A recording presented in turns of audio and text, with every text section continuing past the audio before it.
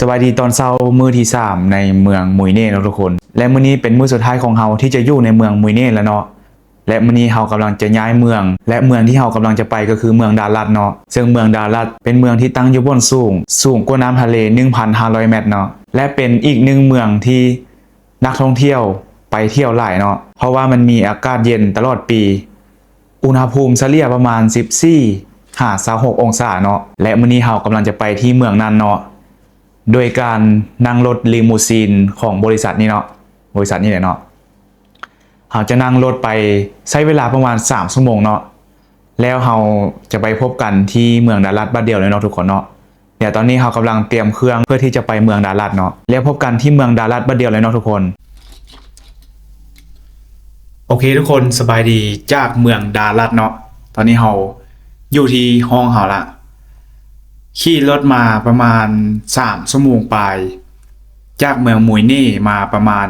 12 โมงสวยเนาะมาฮอดนี่ประมาณ4 โมงแรงตอนนี้อากาศอยู่เมืองดาลัดเดี๋ยวเราจะให้ทุกคนเบิ่งอากาศอยู่เมืองดาลัดเนาะนี่เนาะเวลาประมาณ6:50 นาทีตอนนี้21 องศาและแน่นอนเนาะเมืองดาลัดเป็นเมืองที่อากาศหนาวตลอดปีของประเทศเวียดนามเนาะอุณหภูมิเฉลี่ยประมาณ14 องศา26 องศาเนาะถือว่าอากาศเย็นตลอดปีและตอนนี้เรากำลังจะย่างไปที่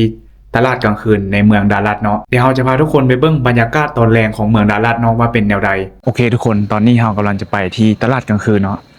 นี่คือบริเวณที่เราพักเนาะเดี๋ยวเราจะให้เพิ่งจะมีคาเฟ่แล้วก็มีโรงแรมหลายและนี่คือตอนแรงเนาะอากาศตอนนี้21 องศาแต่ว่าเราไม่ได้ใส่เสื้อกันหนาวเนาะเพราะว่ามันถือว่าซอฟพอดีอยู่สำหรับซอฟพอดีสำหรับเราเนาะตอนนี้เรากำลังย่างไปที่ตลาดกลางคืนเนาะว่าไปซ้อกันกินว่ามีเดี๋ยวกินได้นี่คือบรรยากาศตอนกลางคืนที่เมืองดาลัดเนาะอากาศเย็นทางนี้อาจจะแคบนิดนึงเนาะแต่ว่าเป็นทางดีหมดเลยโอเคทุกคนตอนนี้เราใกล้จะฮอดตลาดกลางคืนในเมืองดาลัดแล้วเนาะตลาดกลางคืนของเมืองดาลัดและนี่คือบรรยากาศใกล้ๆกับตลาดกลางคืนเนาะเดี๋ยวจะให้ทุกคนเบิ่งเนาะนี่เนาะวุ่นวายกำลังสุลมุนนะคนกำลังไปตลาดกลางคืนนี่บรรยากาศตอนนี้สดๆร้อนๆมีอาหารเนาะตอนนี้เห็นร้านอาหารแล้วเริ่มเห็นร้านอาหารแล้วสิ่งที่คือเดียวคืออยู่โฮจิมินห์คือรถจักรหลายมีรถจักรหลายคือเดียวเลยแต่ว่ายังบ่หลายเท่าโฮจิมินห์เนาะโฮจิมินห์หลายคนหลายเท่าอยู่แต่ว่าตอนนี้บรรยากาศสัญจรในตอน7:30เนาะ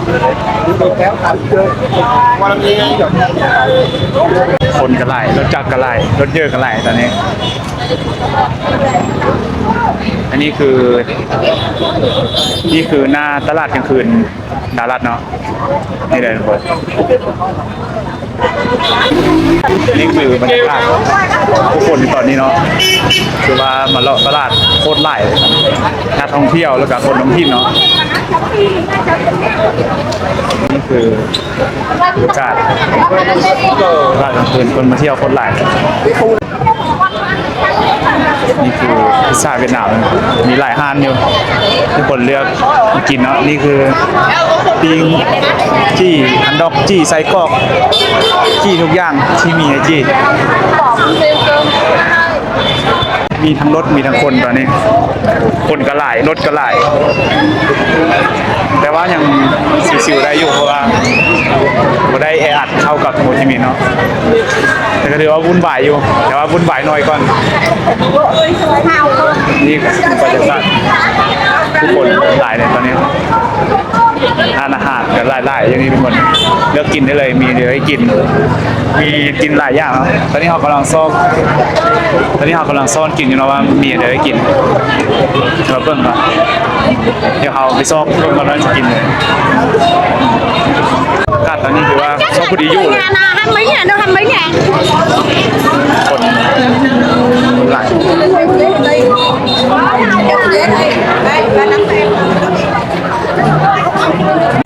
คนตอนนี้เรา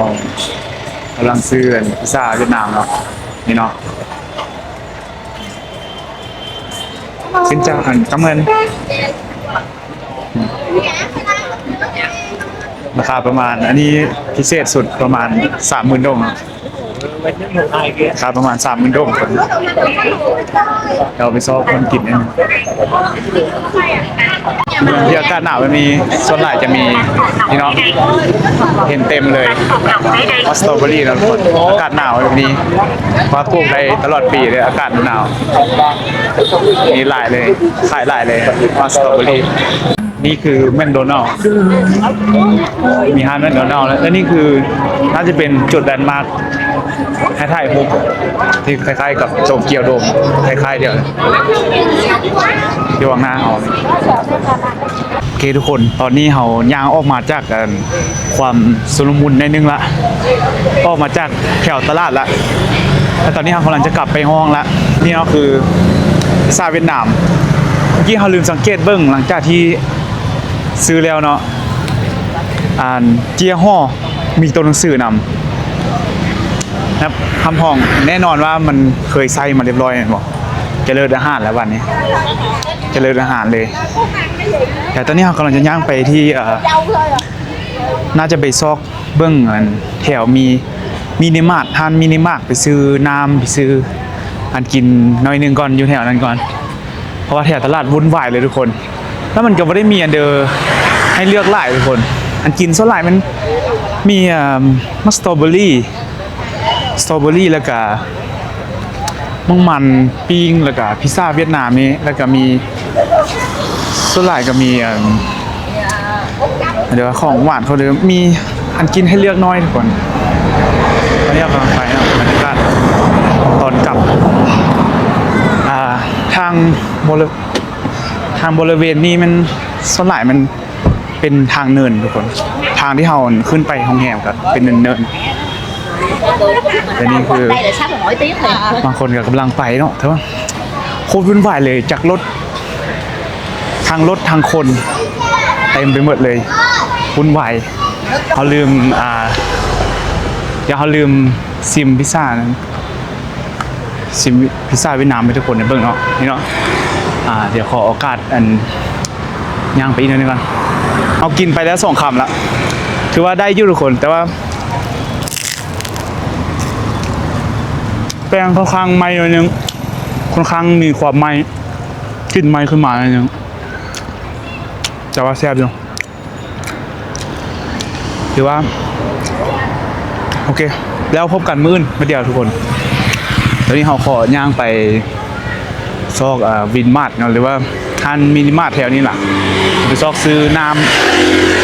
ำดื่มแล้วก็ซื้ออันกินไปน้อยนึงก่อนซื้อตลาดว่าจะไปเลาะกินอยู่ตลาดแต่ว่ามันบ่มีเนื้อให้กินหลายทุกคนมีน้อยเดียวมีสลายมันคือเดียวหมดเอาเลยอยากกินแล้วก็สลายทานอาหารต้มพอดต้มมี่ต้มเฝอนี่หลายอยู่เพราะว่าอากาศมันหนาวเนาะตอนนี้น่าจะประมาณ18 องศาเนาะเวลา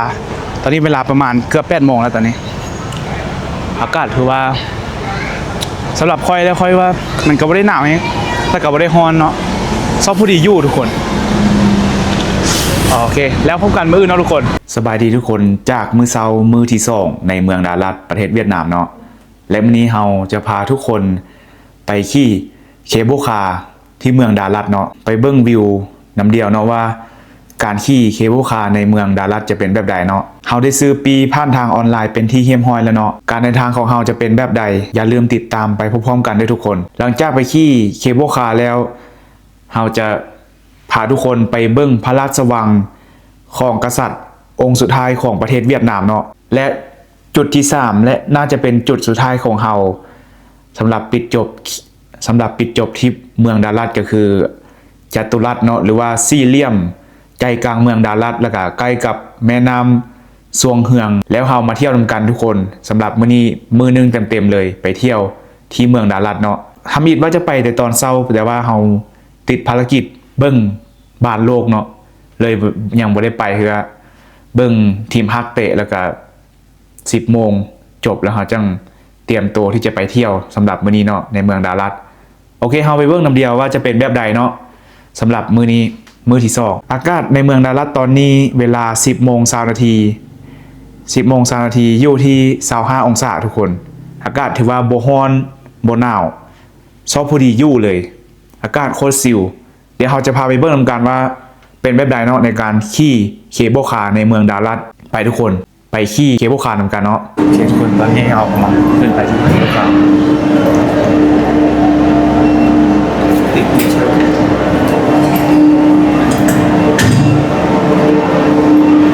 ตอนนี้เรากำลังพาขึ้นเคเบิลคาร์แล้ว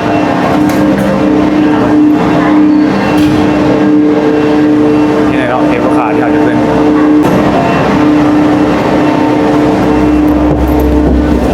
โอเคทุกคนตอนนี้เราขึ้นมาที่เคเบิลคาร์แล้วเนาะคนเดียวชิวๆเลยตอนนี้นี่เนาะบรรยากาศถือว่ามีคนไล่กับขี่คนเดียวได้แล้วทุกคน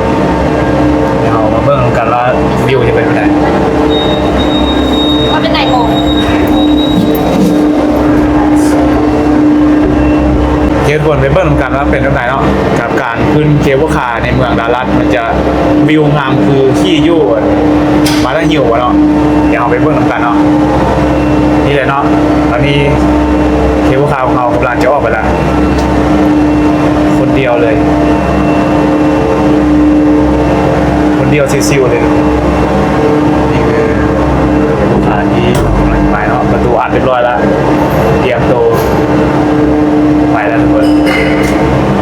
ก็จะไปแล้วทุกคนอันนี้ไปทำการทุกคนตอนนี้เวลาใกล้จะ11 โมงตอนสวยเนาะเราต้องได้กลับก่อน11:45 นาทีเนาะและจังน้อยเขาเจ้าจะปิดแล้วจะมาเปิดอีกครั้งหนึ่งในเวลา1 โมงประมาณ4 โมงแรงเนาะเขาเจ้าจะพักตอนมื้อสวยเนาะพักน่าจะเป็นอันนี้มันน่าจะเป็นวัฒนธรรมของประเทศเวียดนามเนาะเห็นพักแบบนี้ตลอดพักแบบนี้พักตอนสวยตลอดส่วนใหญ่เลยอยู่ในประเทศเวียดนามเนาะบ่ว่าจะเมืองใดอันนี้คือบรรยากาศของตัวเมืองดาลัดเนาะนี่สามารถเอากล้องออกไปได้ทุกคนแต่ว่าเฮาบ่กล้ายืนหัวออกไปย่านหัวเฮามันใหญ่เกินไปแล้วมันจะบ่ได้เนาะนี่คือวิวของเมืองดาลัดเนาะในเคเบิลคาร์เนาะตอนนี้เฮานี่เลยทุกคนนี่คือทางรถขึ้นมาแล้วมีหมอกในนึงเนาะนี่อากาศตอนนี้คือว่าพอดีอยู่เลยทุกคนบ่ร้อนบ่หนาวอากาศตอนนี้ถือว่าพอดีอยู่เนาะบ่ร้อนบ่หนาวแล้วก็เพราะว่ามันตอนนี้ประมาณ25 องศาเนาะ11 โมงสวยแต่ว่าอุณหภูมิ25 องศาอย่างที่เราบอกเนาะก็คือบรรยากาศอากาศในเมืองดาลัดนี่เฉลี่ยประมาณ15 องศา26 องศาเนาะอากาศจะเย็นตลอดปีเนาะเลยเป็นที่มาของเมืองที่เป็นเมืองเคยเป็นเมืองตากอากาศของประเทศฝรั่งเศสเนาะของฝรั่งเนาะเป็นเมืองตากอากาศของฝรั่งอันนี้คือวิวในเมืองดาลัดเนาะเดี๋ยวเราจะยืนกล้องออกไปน้อยนึงเนาะจะน้อยยืนไปหลายกล้องตกทุกคนนี่เนาะนี่เลยเนาะตัวเมืองดาลัดโอเคตอนนี้เรากำลังจะขี่ชมเมืองเนาะนี่คือต้นไม้อย่างเนี่ยค่อยก็ลืมค้นข้อมูลลืมเบิ่งข้อมูลว่ามันคือต้นไม้อย่างเนาะยังไงเนาะบรรยากาศโคตรซิลเลยทุกคนแนะนำเลยขี่รถถ้าทุกคนนั้นบ่อยากแปลว่าบ่อยากขี่รถมาไกลกับขี่ยนต์จากโฮจิมินห์ไปลงที่ยานจางก็ได้แล้วก็ขี่รถมาเข้ามาเมืองดาลัดเพราะว่าตอนนี้เนี่ยสนามบินของมันเมืองดาลัดมันยังปิดปรับปรุงอยู่น่าจะเปิดประมาณเดือน8 เดือน9ปีนี้นี่แหละถ้าสนามบินเปิดน่าจะคึกคักกว่านี้หลายกว่าเก่าแน่นอนค่อยว่าแต่ตอนนี้ก็ถือว่ายังคึกคักแต่ว่าก็บรรยากาศก็บ่ได้วุ่นวายเท่าเมืองโฮจิมินห์เนาะสำหรับค่อยได้เพราะว่าประชากรในเมืองดาลัดนี่มีประมาณ 250,000 คนเนาะโอเคทุกคนหลังจากที่เราขี่ไปฮอตจุดที่ฮอตนั้นแล้วเราจะไปพาทุกคนไปเบิ่งกันนะเพราะว่าจุดที่เราจะลงนี่มันน่าจะเป็นจุดที่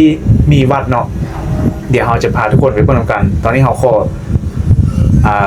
นั่งเคเบิลคาร์นิดนึงก่อนแล้วก็เตรียมไปเบิ่งที่จุดเฮาลงเลยเนาะแล้วจากนั้นเฮาก็ย้อนประมาณสัก10 นาทีหรือ15 นาทีแล้วเฮาก็จะกลับมาละเพราะว่าเวลา 11:45 เขาเจ้าจะปิดเคเบิลคาร์แล้ว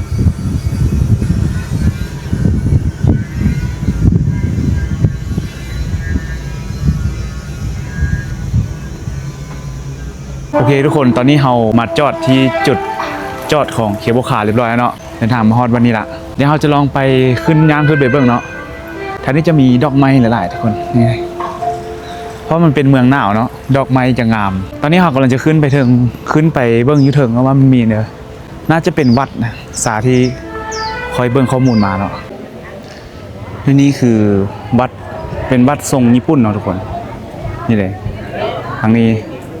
วัดตอนนี้เวลาประมาณ 11 โมงปลาย11 โมงตอนสวยคนเอาหลายนึงทุกคนนี่คือบรรยากาศนี่เนาะคือมียาพ่อบอกไอ้จั่วเป็นสไตล์ญี่ปุ่นเนี่ยทุกคนอันนี้เนาะนี่คือดอกไม้ใช่ไหมถ้าไปสวนดอกไม้ก็ได้ทุกคนมานี่ก็ได้รูปงามๆแล้วกับวิวดอกไม้แบบนี้เนาะถ้าไปแบบว่าเสียเงินกับสวนดอกไม้เดี๋ยวค่อยจะพาไปเบิ่งนะว่าเป็นอะไรสวนดอกไม้อยู่ที่วัดแห่งนี้นี่เนาะ đứng qua bên đây là lấy cái นี่เนาะดอกไม้ทุกคนสามารถมาถ่ายรูปได้เลยอยู่แถวนี้มีแต่ดอกไม้งามๆเพราะว่าอากาศมันเย็นเนาะเย็นตลอดปีมันเลยปลูกขึ้นมาแล้วมันจะงามแบบนี้เนาะโอเคทุกคนตอนนี้เราอยู่ที่พระราชวังฤดูร้อนเบาใดแห่งเมืองดารัตเนาะและนี่เลยเนาะนี่คือพระราชวังของกษัตริย์องค์สุดท้ายของประเทศเวียดนามเนาะอยู่นี่เลยอยู่ต้นหน้าเรานี่เลยและต้นหน้าเรามีตัวมาให้เซาน่าจะเซาขี่ได้เนาะเบิ่งทรงแล้วนี่คือพระราชวังฤดูร้อน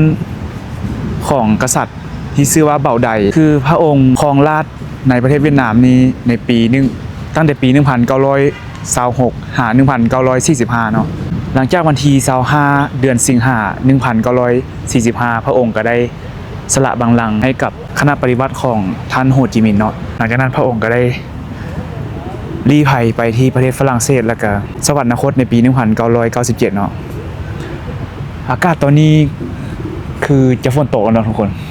ฟ้ามืดค่ะตอนนี้เป็นครึมๆฟ้ามืดครึมๆตอนนี้และนี่ก็คือ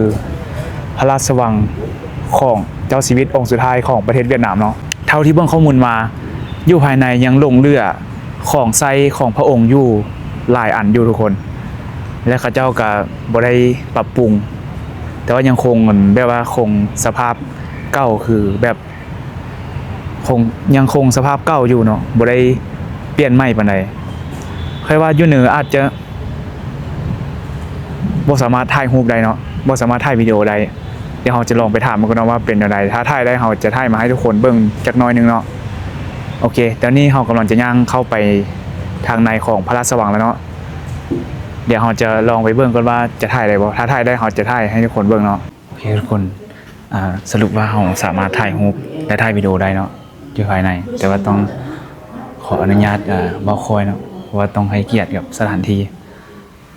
อันนี้คือห้อง living room ห้องรับแขกเนาะนี่คือเฟอร์นิเจอร์แบบเครื่องใช้แบบตั้งแต่ตอนนั้นเลยเนาะอันนี้บ่ได้มีการปรับปรุงนี่คือรูปจักรพรรดิเบาใดเนาะมีเปียโนมีโซฟาให้นั่งลิ้นเนาะนี่เนาะภายในเป็นสไตล์นี้เลยทุกคนอันนี้น่าจะเป็นห้องประชุมเนาะตัวนี้เนาะห้องประชุมของ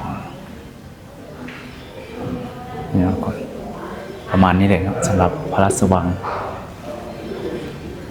ฤดูร้อนพระราชวังเบาใดนี่คือภายนอกเนาะภายในจะประมาณนี้ทุกคนถือว่าหรูหราเนาะถือว่าหรูหราเลยทุกคนนี่น่าจะเป็นแผนที่ประเทศเวียดนาม สำหรับคนที่จะเข้ามาเนี่ยต้องมีเกือบแบบนี้นะมีผ้าคลุมตีนทุกคนเกือบเพราะว่ายานน่ะมันมีหอยเปื้อนเนาะนี่น่าจะเป็นห้องครัวนั่นแหละห้องครัวเนาะอันนี้เป็นห้องครัวของพระราชวังเลยนี่ทุกคนห้องครัวสมัยเก่าที่บ่มีการปรับปรุงเลยทุกคนเครื่องทุกอย่างที่อยู่ในพระราชวังนี่มันเครื่องเก่าหมดเลย เครื่องที่อยู่ในสมัยนั้นหมดเลยเนาะข้าเจ้าบ่ได้มีการปรับปรุงเนาะเพราะว่าอยู่ในห้องนี้เป็นพระราชวังอยู่ในพระราชวังนี่บ่มีการปรับปรุงเนาะอาจจะมีสั้นเถิงลองไปสำรวจสั้นเถิงเนาะว่าจะมีอันใดให้เราเบิ่งนี่คือ อันนี้เป็นเครื่องอย่างทุกคนรู้จักเครื่องนี้อันนี้น่าจะเป็นห้องฮับแขกคันถึงเนาะอันนี้น่าจะเป็นเครื่องกวดหนึ่งนี่นะทุกคน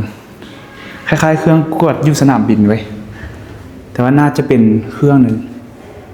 มันมีภาษาเวียดมีภาษาอังกฤษเลยนะทุกคนเลยบอกว่ามันเป็นอย่างถ้าทุกคนรู้จักคอมเมนต์มันมาบอกได้เลยทุกคนอันนี้มันอยู่สั้นเถิงเนาะอ๋ออันนี้มันห้องรับแขกสำหรับครอบครัวเพิ่นเนาะนี่เลยนี่คือ private room อ๋อของทานนี้เนาะเดี๋ยวขึ้นให้เบิ่งนี่คือห้องนอนน่าจะเป็นห้องนอนของท่านใดท่านหนึ่งนี่แหละท่านอย่างไรเดี๋ยวอ่านนี่เนาะอาจจะให้ทุกคนเบิ่งตามนี้เลยเนาะและภายในจะมีห้องน้ำนำเนาะทุกคนเดี๋ยวจะพาไปเบิ่งห้องน้ำนี่คือห้องน้ำเนาะนี่เนาะห้องน้ำสมัยตะกี้เลยพื้นนี้เริ่มเก่ามาแล้วทุกคนนี่เนาะถ้าผู้ใดมาต้องแนะนำทุกคนต้องมีเกือบมีผ้าคลุมเกือบเนาะเพราะว่าเขาเจ้าจะบ่ให้มันเปื้อนเนาะนี่เนาะทุกคนนี่คือห้องน้ำของพระราชวังฤดูร้อนของเจ้าชีวิตเบ่าใดเนาะกษัตริย์องค์สุดท้ายของประเทศเวียดนาม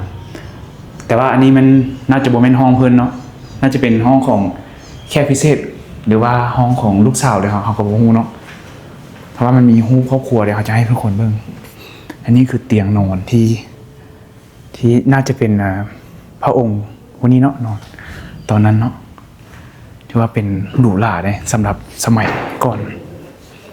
เดี๋ยวจะพาทุกคนมาเบิ่งฮู้ของครอบครัวเพิ่นนี่แบบเป็นภาษาเวียดเลยบ่ฮู้ว่ามันเป็นห้องหยังเนาะว่าเป็นภาษาเวียดบ่มีภาษาอังกฤษนี่คือน่าจะเป็นฮู้สมัยเพิ่นของราชนะตอนนั้น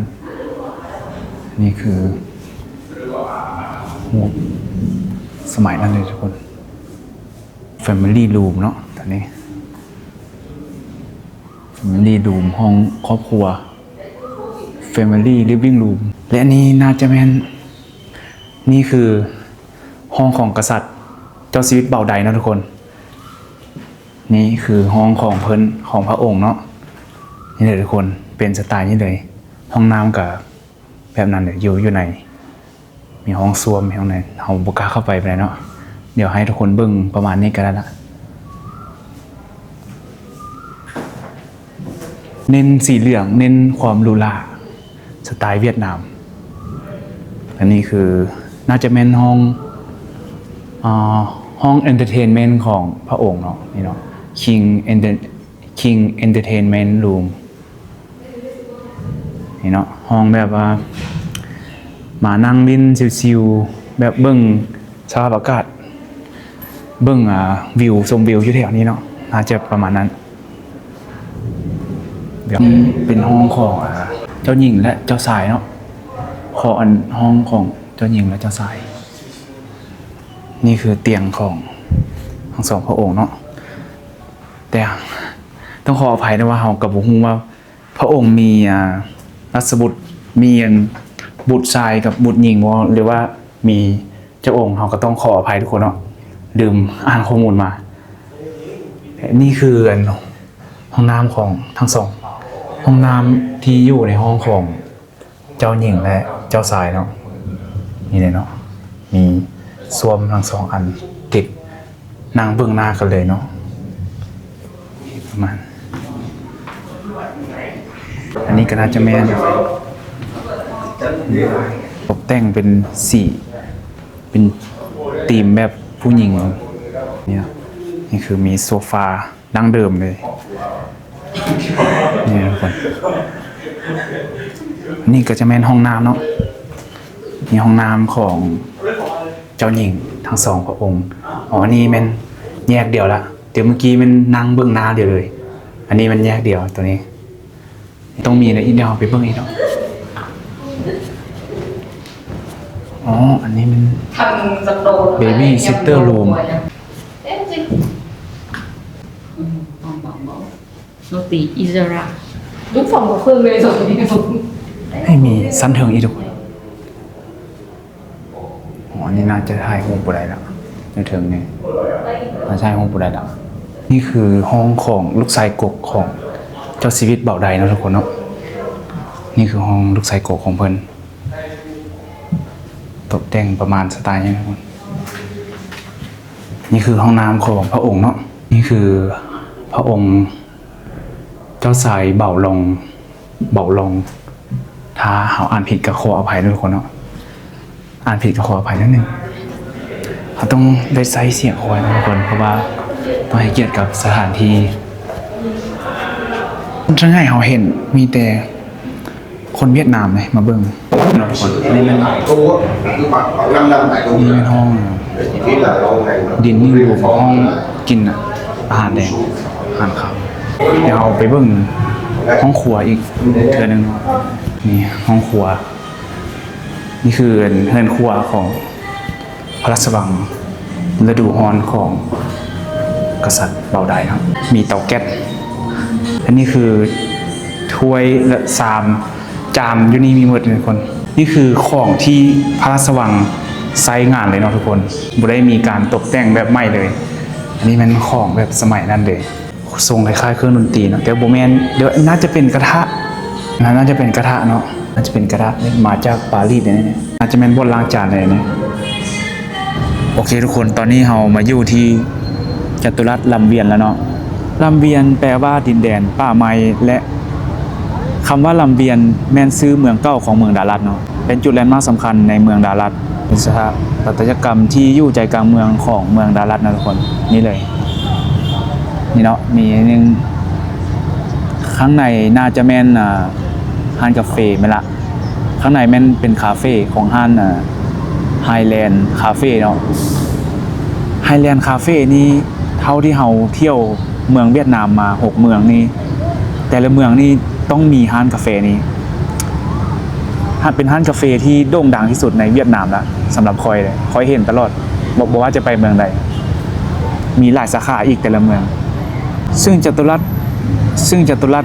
ลำเวียนนี้อยู่ในเมืองดารัตซึ่งจัตุรัสลำเวียนนี้เปิดใช้งานในปี 2016 จุดเด่นคืออาคารมันจะมีเป็นแก้วนี่เนาะเป็นแก้วแล้วก็ทรงดอกทานตะเวนแล้วก็ดอกอติโศกเนาะซึ่งเป็นสัญลักษณ์ของเมืองดารัตเนาะตอนนี้คนก็เริ่มหนาแน่นแล้วทุกคนมาเที่ยวตอนประมาณตอนนี้ประมาณเวลาประมาณใกล้จะ5 โมงแรงแล้วอากาศตอนนี้ถือว่าอยู่ที่ประมาณ24 องศาเนาะอากาศตอนนี้หลังจากที่เราทัวร์พระราชวังฤดูร้อนของจักรพรรดิเบาไดแล้วเราก็กินอยู่นั้นประมาณชั่วโมงนึงเนาะแล้วก็กลับมาที่ตัวเมืองของดารัตเพราะตอนนั้นฝนตกเนาะเลยอยู่ที่พระราชวังอ่าวดนนิดนึงสำหรับคลิปเมืองดารัตก็จบเพียงเท่านี้เนาะขอบใจที่ทุกคนเบิ่งจนฮอดตอนนี้แล้วพบกันที่เมืองโฮจิมินห์เนาะเพราะว่ามื้ออื่นเราจะได้ขึ้นรถบัสนอนไปที่เมืองโฮจิมินห์เนาะใช้เวลาเดินทางน่าจะ 8-9 ชั่วโมงเนาะเมื่อกี้เราก็ไปซื้อมาแล้วเมื่อกี้เราก็ไปซื้อปี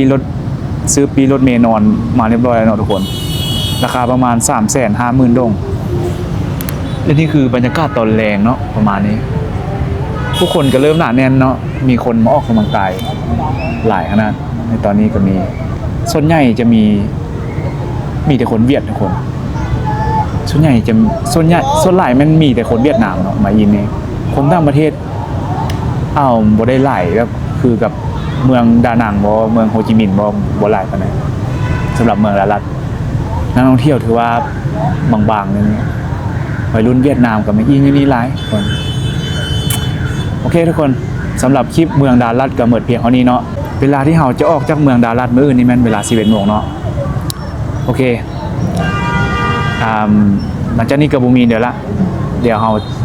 จะจบคลิปเพียงเท่านี้นะทุกคนแล้วพบกันที่เมืองโฮจิมินห์เนาะโอเคแล้วพบกันคลิปต่อไปเด้อทุกคนขอบใจที่เพิ่งจนจบบ๊ายบาย let's go บ๊ายบาย